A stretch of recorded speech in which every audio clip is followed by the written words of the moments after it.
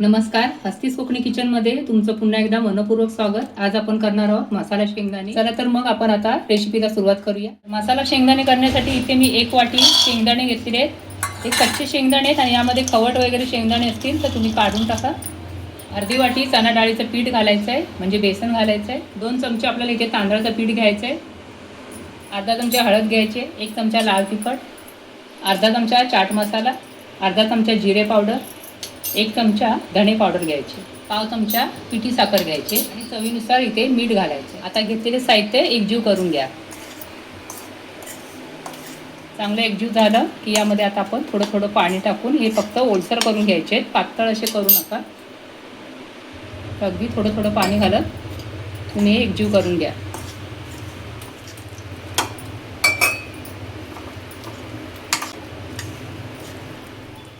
तर आता हे चांगले एकजीव झालेले आहेत। आता आपण तळायला घेऊया। तेल मी आधीच गरम करून घेतलेले आहे। आता मध्यम आचेवरती आपण हे थोडे थोडे शेंगदाणे घालून खरपूस रंगाचे होईपर्यंत तळून घेऊया।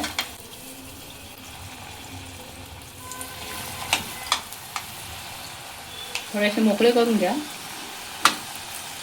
जरी एकत्र असले तरी ते नंतर मोकळे होतात, पण थोडेसे मोकळे करून घ्यायचे।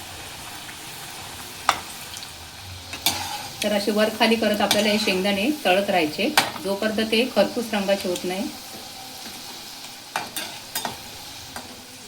तर आता हे तळले गेलेत, आपण काढून घेऊया।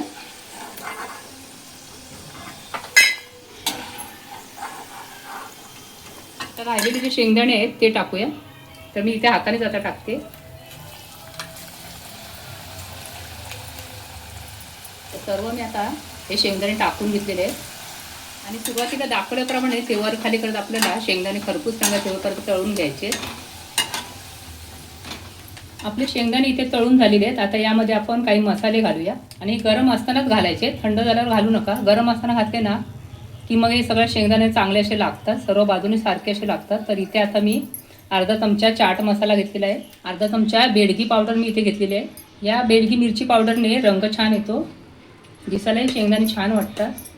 आणि अर्धा चमचा आपल्याला इथे मीठ घालायचं आहे आणि आता हे वर खाली करून घ्यायचे। तर मसाले आपले सर्व बाजून सारखे लावून झालेले आहेत। आपली रेसिपी तयार आहे। ही रेसिपी पाहताना तुम्हाला कशी वाटली कमेंटमध्ये नक्की सांगा। व्हिडिओ आवडला तर लाईक करा, शेअर करा, नवीन असाल तर सबस्क्राईब करा। परत भेटूया मस्त अशा रेसिपी बरोबर। तोपर्यंत विश्रांती घेऊया। धन्यवाद।